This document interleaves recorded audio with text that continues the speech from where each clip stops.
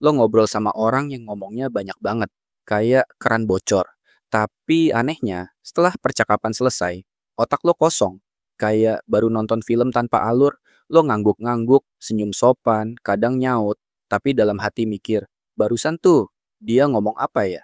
Gue pernah, lagi duduk di kafe, kopi belum setengah habis, dia udah cerita soal temennya yang ghosting, bosnya yang egois, dan sepupunya yang katanya bisa baca aura. Semua bercampur dalam satu alur kayak sinetron yang nggak ada jeda iklan. Dan lo tahu rasanya, kayak lagi baca buku tebal, tapi halaman terakhir bilang, isi cerita ada di jilid berikutnya. Lucunya dia pulang dengan senyum puas, kayak abis nulis puisi panjang yang dia sendiri nggak baca ulang. Sedangkan gue, duduk termenung, ngerasa jadi latar belakang doang, kayak dinding yang nguping. Kadang bukan karena pembicaranya jelek, tapi karena isinya kayak kabut, banyak bentuk, tapi nggak ada pijakan. Dan di situ gue sadar, ngomong itu bukan soal banyaknya kata, tapi tentang arah, tentang makna yang nyampe, bukan cuma suara yang kedengeran. Karena telinga manusia itu bukan tong sampah, dia butuh isi, bukan cuma bunyi. Pernah ketemu orang kayak gitu? Apa itu banyak omong, tapi isinya kosong? Bayangin lo lagi dengerin orang cerita panjang lebar, intonasi naik turun, gestur hidup, bahkan ada analogi yang seakan-akan mendalam. Tapi setelah 15 menit, lo mulai sadar. Ini bukan narasi, ini labirin. Jalannya banyak, tapi nggak ada yang sampai tujuan. Banyak omong, tapi isinya kosong. Itu bukan soal kuantitas kata, tapi kualitas makna. Ini bukan soal cerewet atau pendiam, tapi soal arah dari apa yang diucap. Karena suara bisa rame, tapi maknanya bisa nihil. Nah, biar lebih jelas, ini dia ciri-cirinya. Satu, sering muter-muter ngomongnya. Kalimat pertamanya ngomongin cuaca. Yang kedua tentang mantan. Terus lompat ke teori konspirasi, lalu balik lagi ke nasi goreng pinggir jalan. Semua terdengar penuh, padahal cuma muter kayak komedi putar. Lo dengerin dari awal, tapi ujungnya lo bingung. Bukan karena bahasanya berat, tapi karena nggak ada benang merah.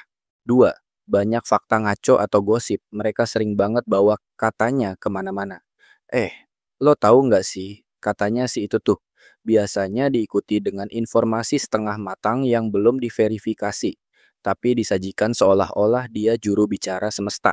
Fakta dicampur opini. Opini dibungkus percaya diri. Lo bingung harus debat atau cukup senyum sopan. Tiga, nggak ada solusi, cuma komentar. Tipe yang demen banget kasih tanggapan, tapi nggak pernah nambah perspektif. Ngomong kayak komentator bola, tapi nggak pernah turun ke lapangan. Ada masalah, dia komentari. Ada konflik, dia soroti. Tapi waktu ditanya, jadi menurut lo enaknya gimana? Jawabannya ngambang, kayak daun di sungai habis hujan. Empat, sering interrupt, tapi nggak ada kontribusi. Ini yang paling unik. Lagi asik-asik ngobrol, lo baru mau nyampe ke poin penting. Tiba-tiba dia potong. Iya, gue juga gitu. Tapi habis itu, ceritanya nyerempet ke pengalaman pribadi yang nggak nyambung. Ujungnya, bukan diskusi, tapi monolog silang. Fenomena ini bukan hal baru. Di banyak ruang, baik nongkrong, rapat, bahkan media sosial, orang yang banyak bicara tapi nihil isi selalu ada. Kadang terdengar, meyakinkan, kadang bikin kita mikir, apa gua yang kurang pintar? Atau dia yang terlalu percaya diri? Padahal bicara bukan soal mengisi ruang kosong dengan kata-kata, tapi soal mengantar makna dari satu kepala ke kepala lain. Dan kalau isinya kosong, ya cuma nyaring aja, nggak nyampe. Kenapa orang bisa jadi kayak gitu? Ngomong banyak, tapi kosong. Kayak toko yang lampunya nyala terang, tapi dalamnya kosong melompong. Kita semua pasti pernah ketemu, atau malah pernah jadi. Tapi kenapa sih seseorang bisa bertransformasi jadi speaker aktif tanpa substansi? Pertama, karena ingin terlihat pintar. Ada dorongan halus dalam diri manusia untuk diakui, dan salah satu cara tercepat adalah dengan terdengar tahu banyak. Sayangnya, alih-alih menyampaikan yang dia pahami, dia justru merangkai kalimat yang terdengar kompleks, tapi tidak menjawab apapun. Ini bukan berbagi wawasan, tapi pertunjukan. Kedua, haus perhatian. Spotlight bukan sekadar cahaya panggung, tapi ruang batin yang ingin diisi sorot. Buat sebagian orang, didengar adalah validasi. Jadi bukan tentang apa yang mereka sampaikan, tapi tentang memastikan semua mata tertuju padanya. Bahkan kalau isinya cuma reruntuhan, opini dan potongan cerita acak, yang penting dia jadi pusat orbit. Ketiga, nggak nyaman dengan keheningan. Ada orang yang merasa sunyi itu memalukan. Jadi daripada membiarkan ruang bernapas, mereka isi celah itu dengan kata-kata. Padahal, diam bukan dosa. Dalam keheningan kadang justru pikiran bisa menemukan jalannya. Tapi bagi mereka hening adalah panggung yang mati. Bung. Keempat, karena lingkungannya memang begitu. Kalau tiap hari nongkrong sama orang yang lomba paling banyak komentar, ya lama-lama gaya komunikasinya terbentuk. Mirip kayak logat, kalau lo lama tinggal di satu tempat, lidah lo akan ikut. Begitu juga dengan pola bicara. Terakhir, mereka nggak sadar kalau sebenarnya nggak relevan. Seringkali mereka merasa on track, padahal udah jauh nyasar. Tapi karena kebiasaan ngomong tanpa disela, mereka pikir semuanya baik-baik saja. Jadi, sebelum kita menilai, mungkin lebih bijak untuk bertanya, dia butuh didengar atau cuma belum pernah diajak ngobrol beneran? Dampaknya buat lingkungan sekitar. Orang yang ngomong tanpa isi tuh kayak nyetel lagu jedak-jeduk di perpustakaan berisik, nggak pada tempatnya, dan ganggu fokus semua orang. Lama-lama bikin capek mental, soalnya otak kita dipaksa nyimak, padahal nggak dapet apa-apa. Diskusi yang tadinya bisa jadi ladang ide, malah jadi arena monolog tunggal. Energi habis, hasil nihil. Yang lebih nyesek, suara-suara jernih malah tenggelam. Orang-orang yang punya isi beneran jadi enggan bersuara, ngalah sama volume, bukan kualitas. Di ruang kerja, tongkrongan, bahkan keluarga, ini bisa nyebar kayak polusi suara. Lama-lama bikin suasana kaku, pasif, dan nggak sehat. Karena komunikasi itu bukan soal siapa yang paling banyak ngomong, tapi siapa yang bisa bikin orang lain pengen denger. Cara menghadapinya. Pertama-tama, sadar dulu. Lo bukan tempat sampah emosi atau tukang catat monolog orang.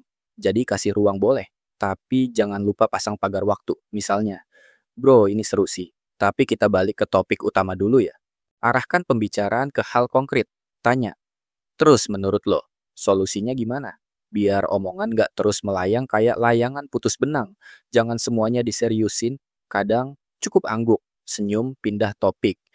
Energi lo bukan buat jadi editor kata orang. Dan kalau udah terlalu sering bikin kepala cenat-cenut, nggak ada salahnya jaga jarak sehat. Bukan musuhan, tapi ngasih batas biar lo nggak kehisap kepusaran kata-kata kosong. Karena jadi pendengar yang baik itu mulia, tapi jadi penjaga kewarasan jauh lebih bijak. Refleksi, jangan-jangan kita juga pernah jadi orang itu. Coba tanya pelan ke diri sendiri. Pernah nggak kita ngomong panjang lebar, tapi nggak benar-benar dengerin balik? Pernah nggak kita ngerasa wajib bicara, padahal nggak ada yang perlu disampaikan? Kadang mulut kita lari duluan, hati belum ikut jalan. Kita pengen didengar, tapi lupa mendengar. Pengen terlihat ada, tapi lupa membawa makna. Nggak apa-apa, yang penting sadar, lalu pelan-pelan benahi. Karena komunikasi yang baik bukan soal siapa yang paling bersuara, tapi siapa yang membawa cahaya. Ngomong banyak itu nggak dosa, asal tahu kemana arahnya. Kata-kata itu kayak kendaraan. Kalau nyasar terus, penumpangnya bisa turun satu persatu. Jadi sebelum mulut melaju, pastikan isi kepala punya peta. Biar setiap kalimat yang keluar bukan cuma bunyi, tapi punya arti. Lo punya teman yang doyan ngomong tapi nggak nyampe-nyampe? Atau jangan-jangan lo pernah ada di posisi itu juga? Ceritain pengalaman lo di kolom komentar. Siapa tahu dari obrolan ringan, kita bisa nemu cermin buat diri sendiri.